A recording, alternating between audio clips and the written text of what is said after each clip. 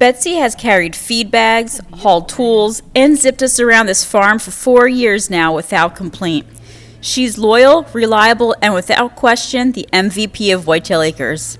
And this week, Betsy got a flat tire. Now, most people would fix just the one tire. We ordered 4, and you'll never guess how her tire got flat to begin with. Stay tuned.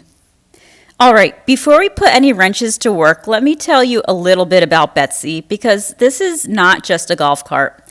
Back in 2020, and we all remember 2020, the world was kind of at a standstill, and we found ourselves camping a lot more than usual. Great therapy, honestly. Now, most of the campgrounds near us are electric only when it comes to golf carts, so we went looking and we found this one.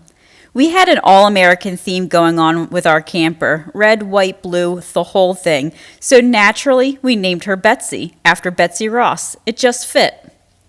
Now, when we moved to the farm, Betsy made the transition with us. And what was once a campground cruiser became a full-time farm vehicle. She hauls things, she transports tools, she gets us from the barn and to the field and back again in 2 minutes flat. We used her every single day. We looked at the flat tire, we looked at the other 3 tires, and we said, you know what? They have all put in their time.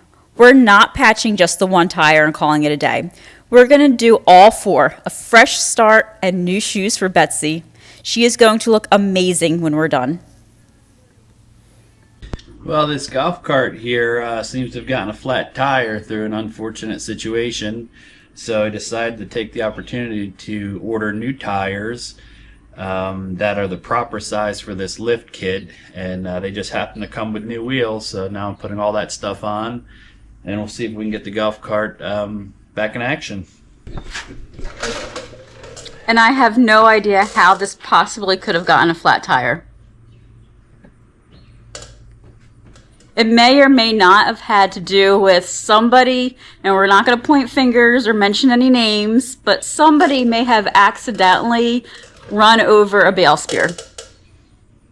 I'm just gonna, I got everything greased up while we're in here. We'll get this tire back on, do the other side, and we'll be ready for a test drive. And I guess one good thing about mistakes is now Betsy, our golf cart, gets a nice upgrade on all 4 tires. So sometimes mistakes are not that bad of a thing. It's actually the exact same wheel that we had, literally the exact same wheel, but 10-inch, because that was all that was available in 2020, and this one is a 14-inch wheel. That tire is 22 inches tall and 11 inches wide this way. Should be a little faster too with a taller tire. It's nice they print a yellow line on these new tires. That's an alignment line, so when I go and check the alignment on the front end, that's where I'll take my measurements from, this yellow line to the yellow line over there. Makes it a lot easier than having to just guess where the same spot is on each tire.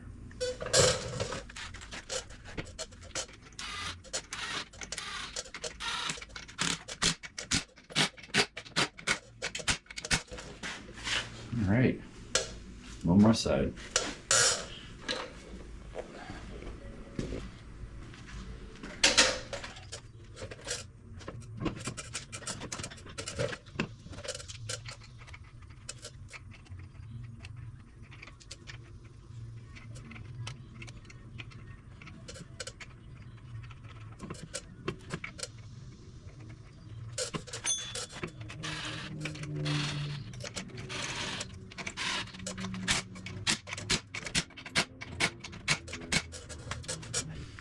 Is that the bad tire right there? No, it's this one. I tried to pump it up, or I had to pump it up so I could find where the issue was, but apparently the bale spear went right through the sidewall here, which sidewall damage is completely irreparable. If there was damage in the tread, you can plug it if it's a small hole, but went through the sidewall, there's no way to repair that. Now, Betsy was not enthusiastic about the process initially, but we told her the end result was going to be worth it. And I think she knew we were right. She has been such a reliable vehicle for us on the farm, and it feels really good to give her a little something back. She is ready for whatever this farm throws at her next. And there she is, new shoes. Betsy is looking absolutely snazzy, and I could not be more proud of her. All right, Betsy is back in service. Now, let's go get on to a project that we have been really looking forward to.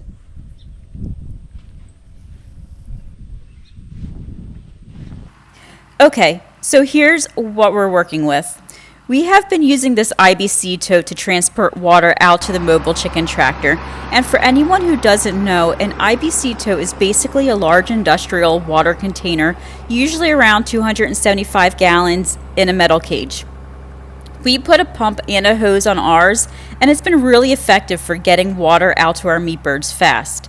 But Ryan identified a couple of problems with the setup that were slowing us down, and he came up with a really smart solution. We're going to show you exactly what we're doing and why. And here's what I want you to stick around for, because this upgrade is about a lot more than filling a chicken waterer. When we explain what else this system can do for us in an emergency, I think a lot of you farming folks out there are going to want to think about something similar. So stay with us. Let's go build this thing.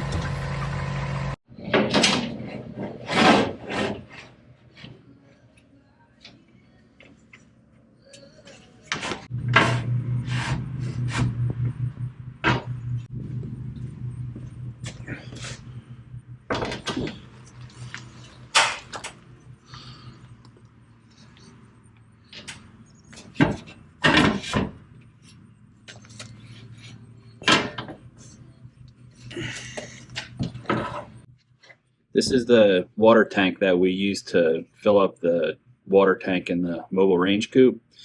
So to make it easy and self-contained unit, we're going to go ahead and mount this pump onto the top of the cage here for the IBC tote. So I just got some aluminum angle. We'll go ahead and cut this to length and then put some self-tappers in to attach it. And then we'll figure out a way to bolt the pump to these two aluminum pieces of channel. And then we'll probably just leave this hang out a little bit here so we can hang the hose up on it. And I think it'll be good. We can just grab it with the forks with one of the machines when we need to fill up the mobile range coop. And I think it'll be a lot more efficient than what we did earlier this year with having the tote and the pump and all the hose on our hay wagon. So trying to improve the process a little bit, so we'll see how this goes. I think it's going to end up going down here. This is the intake, so we can attach that and then just put all that junk down in there. It's easy to get to. Discharge is right here. So I could leave this just a little bit long and then hang up all that hose right onto here. This will be great for a emergency firefighting setup too. If we ever have somebody throw a cigarette out of their car along the roadway here and our fields catch fire, we can grab this quick. It's self-contained, start it up. We've got the hose right here. We've got a good nozzle on it, and we can take this out and try and contain the damage. I think that's pretty good right there. Doesn't impact being filled. Can put the suction line right into there, coming off of here.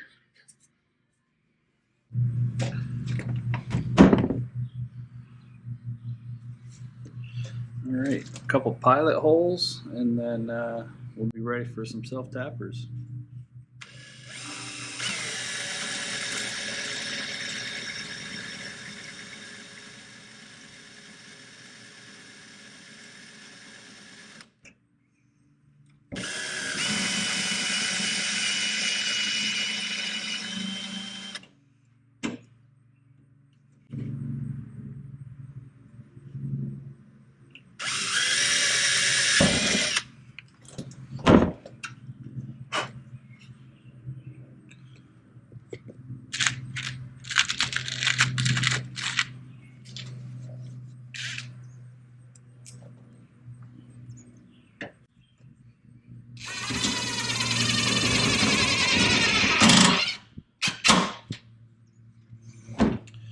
Can always snug that up later. I definitely don't want to strip the threads in that. I don't know how thick this metal is here, so we'll just get it in with the impact, and I'll come back with a wrench and just make sure it's snug.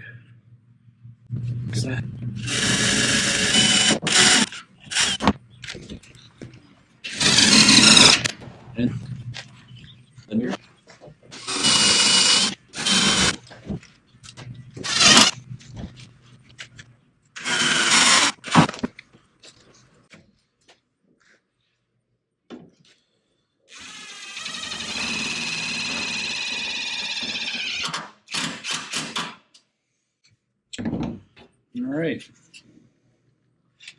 those are on good for now. I think I'll probably put one more screw in each before we're done here. Then we just have to figure out what we're going to do here to hold the hose on the end.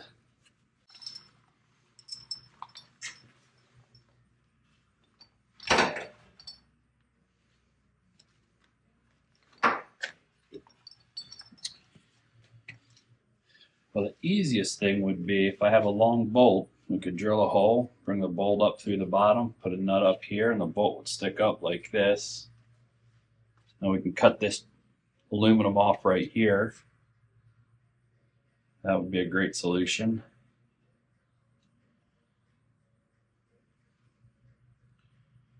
Probably the easiest and quickest and cheapest solution here to get this thing wrapped up in the next 20 minutes. Let's take a look in the bolt box, see what we have. We need a bolt that has threads all the way up so we can get a nut all the way down here to hold it on. Like these big behemoths.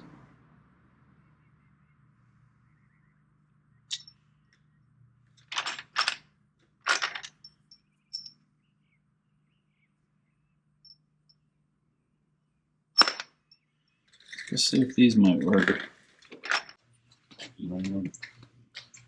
That's not going to be long enough to do anything. If we go at this route, we can always get longer bolts some other time. I think we're looking at somewhere out here. I don't want it too long.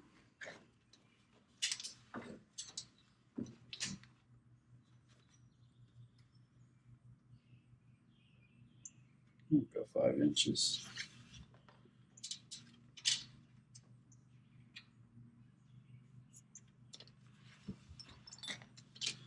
Make sure they're even, because that's extremely important. All right. We'll drill a pilot hole.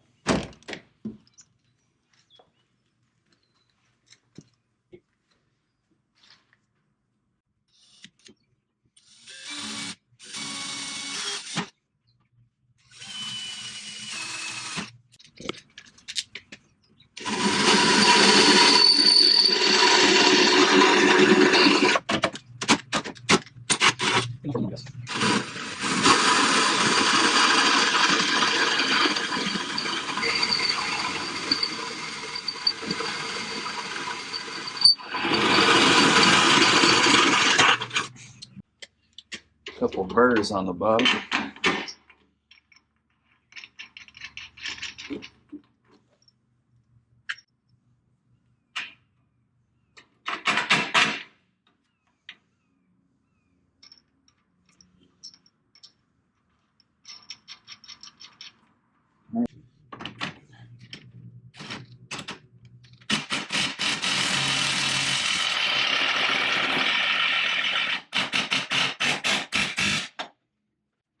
Loud, but it works.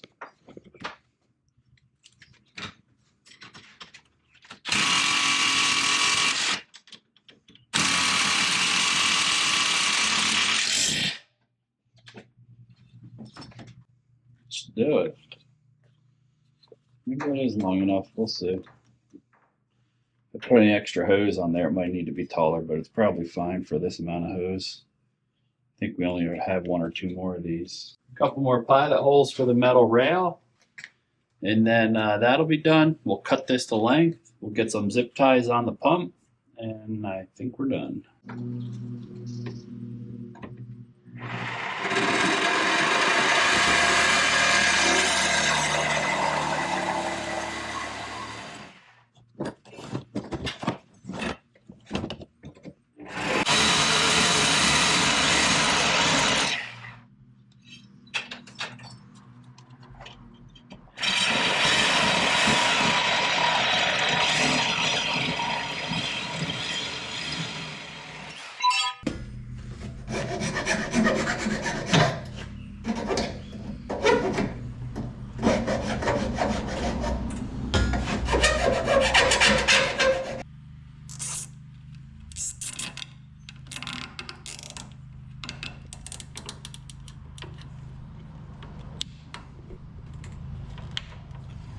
When we first got this, I just left the pump sit on top of here, and I was moving the tractor around.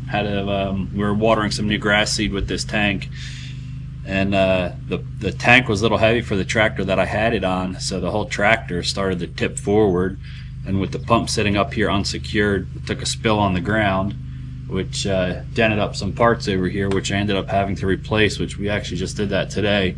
Still worked fine, but there were some parts bent, so we went ahead and replaced that. So we won't have to do that project again because this is going to be secure. There we go. Guaranteed not to rust, bust, or collect dust.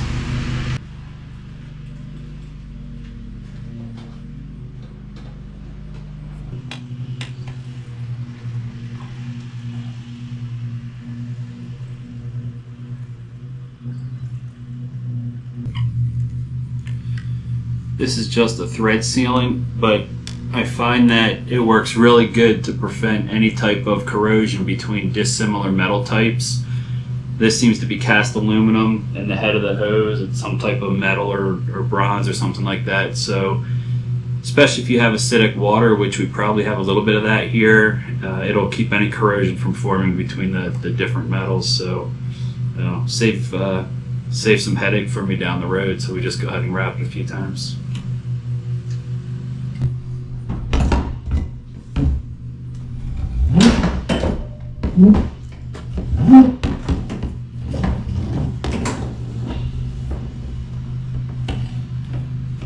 So this is some type of a bronze, not exactly sure what it is, but very different than the cast aluminum or the machined aluminum. So hopefully the Teflon prevents this from getting fused to one another.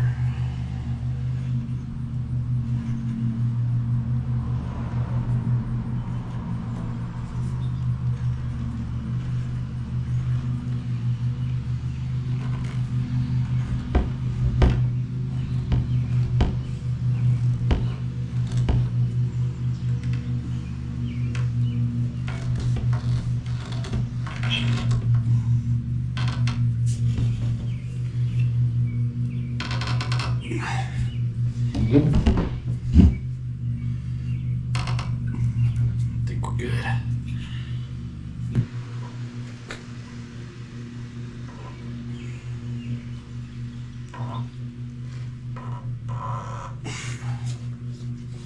All right.